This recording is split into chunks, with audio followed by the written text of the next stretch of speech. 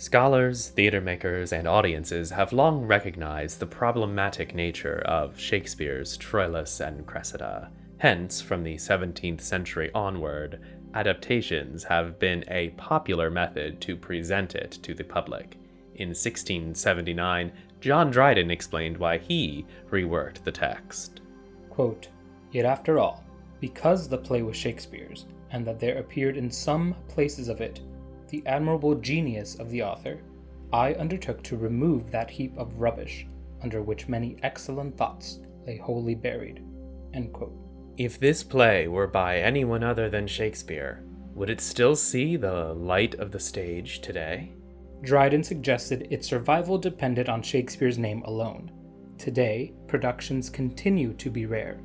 In Wolfgang's 2018 survey of Shakespeare productions in the United States, less than 1% were Troilus and Cressida. For most theater companies, it remains an esoteric obstacle staged mainly to complete the Shakespearean canon. At the OrangeMite Shakespeare Company, a community-based theater in York, Pennsylvania, we faced similar doubts, but through our recent production, we discovered that Troilus and Cressida is uniquely suited for inclusion in Shakespeare's ecodramatic repertoire. I must be gone from Troy, a hateful truth. And from Troilus too? From Troy and Troilus. Oh. Acknowledging, as Dan Brayton, Steve Metz, and others have, that Shakespeare's fascination with the sea is a cornerstone in his storytelling, we sought to place the action of our story in what Ulysses describes as the uncomprehensive deeps. Our production, Troilus and Cressida, Shakespeare Under the Sea, reimagines the text as an ecodrama while retaining its genre-bending nature. In Troy we lay our scene. We designed our adaptation for a broad community audience while addressing the plastics crisis in our oceans and our world at large. Here to keep. Nature craves all dues be rendered to their owners. These moral laws of nature and of nations speak loudly to have her back returned. Responding to DeRoy and Prescott's call in Shakespeare Ecology and Adaptation to, quote, transform Shakespeare's plays to fit the times in which we live, end quote, with a, quote, resilient and active optimism, end quote, we set out to win hearts and minds by telling an old story in a new way. But how do you inject optimism into a play known for its cynicism? We turn to DeRoy and Prescott's suggestion that, quote, subtle, nuanced, or indeed humorous, end quote, productions have greater persuasive power. We coupled this with Brokaw and Freestone's advice in performing Shakespeare on an endangered planet to soften, quote, the edge of charged and difficult conversations, end quote.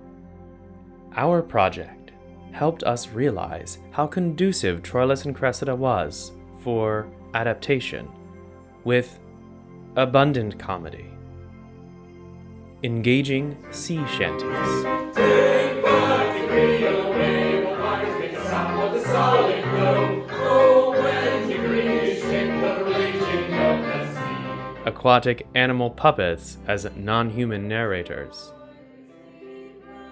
original music, Prince of the cup. It's the cup, it's the cup, it's the and sections from Geoffrey Chaucer's Troilus and Cressida, all echoing what Elton calls a Homeric burlesque. Our ecodramaturgy drew on the play's existing nautical imagery, an emphasis on maritime commerce. Pandarus, I tell thee, Pandarus, when I do tell thee, there my hopes lie drowned. Reply not in how many fathoms deep they lie entrenched. I tell thee. We cast the Trojans as an undersea civilization whose utopia faces collapse from poor climate and trade policies and refusal to heed a prophetic activist, Cassandra, reimagined in the model of Greta Thunberg. Their Greek adversaries, clad in discarded plastics, embody unchecked capitalistic greed and continued human-caused oceanic degradation. I Priam in the general state of Troy. They are at hand and ready to effect it. How my achievements do mock me. our empowered Cassandra alternates between Shakespeare's text, Thunberg's UN speeches, and recent scholarship on the psychology of climate change. Around the world, the equivalent of one garbage barge of plastic enters the ocean every minute from various sources, including plastic bags, toothbrushes, bottles, food packaging, and more, experts say. As those materials break down in the environment, microplastics are turning up in the stomachs of fish, birds, and other animals, as well as in human blood and tissue. Like her literary counterpart, she warns in vain against Troy's impending doom, met with indifference from her father, King Priam, and her brothers. They quote environmentally destructive executive orders recently decreed by the Trump administration, while debating the merits of their honorable dependence on plastic in Shakespeare's Act 2, Scene 2. 10,000 eyes, and I will fill them with prophetic tears. You say you hear us and that you understand the urgency. As Cassandra is repeatedly ignored, maligned, and proclaimed mad, she campaigns to convince Cressida to join the struggle. Initially, Cressida resists, preferring her shallow romance with Troilus. But alas, I am as true as truth's simplicity, and simpler than the infancy of truth. In that I'll war with you. But with Cassandra and her non-human allies' help, she realizes her own political power.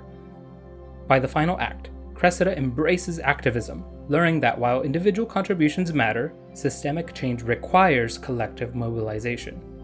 Together, the two women resist the Trojan patriarchy's obsession with war, trade, and a discarded plastic Helen syrup bottle, a physical embodiment of their dependence on the plastic industry. On multiple occasions throughout the adaptation, our Cassandra, like her Shakespearean counterpart, warns her fellow Trojans about the language of, quote, distraction, frenzy, and amazement, end quote. This political strategy, perpetuated by King Priam and in our world by the Trump administration, diverts attention from the plastic crisis to protect economic interests. Additionally, the characters frequently talk at one another, but fail to truly discuss meaningful solutions. Everyone remains hopelessly mired in their own preoccupations. By centering Cassandra and Cressida and their non-human constituents, this eco-feminist adaptation reframes the play's cynicism and gives us hope beyond our common curse of folly and ignorance. Their voices highlight that ecological catastrophe stems not only from human folly, but from refusal to act in the face of knowledge, often under hopelessly ineffective, exclusively male-dominated leadership. Unlike Dryden, who adapted the play out of deference to Shakespeare, we did so to spark critical conversation and mobilize communities. Our production lets Troy fall, as it always does. However, Cassandra and Cressida end by urging the audience to heed the science, support activist voices, and, quote, find their Troy and save it, end quote. Where is your Troy? Now go out and save it. In this way, a so-called problem play becomes an ideal platform and a potent allegory to advocate for global solutions. Also, Ulysses' "One touch of nature makes the whole world kin" becomes a rallying cry for our blue planet. One blue